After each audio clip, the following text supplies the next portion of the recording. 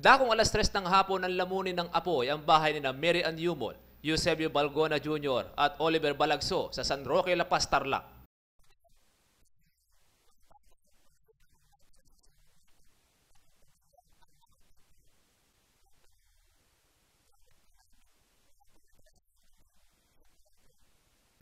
Isang poso lang ang ginamit ng taong bayan upang pigilan ang apoy habang hinihintay ang pagdating ng bumbero. Tumagal lang mahigit kalahating oras ang sunog bago maapula. Ayon sa investigasyon, ang pinagmulan ng sunog ay mga batang nagluluto-lutuan.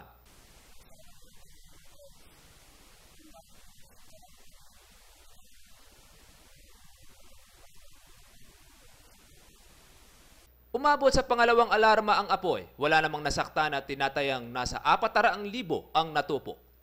Berhilyo Bunag para sa Hataw Balita ng UNTV News Worldwide. Berhilyo Bunag para sa UNTV News Worldwide at ito ang balita.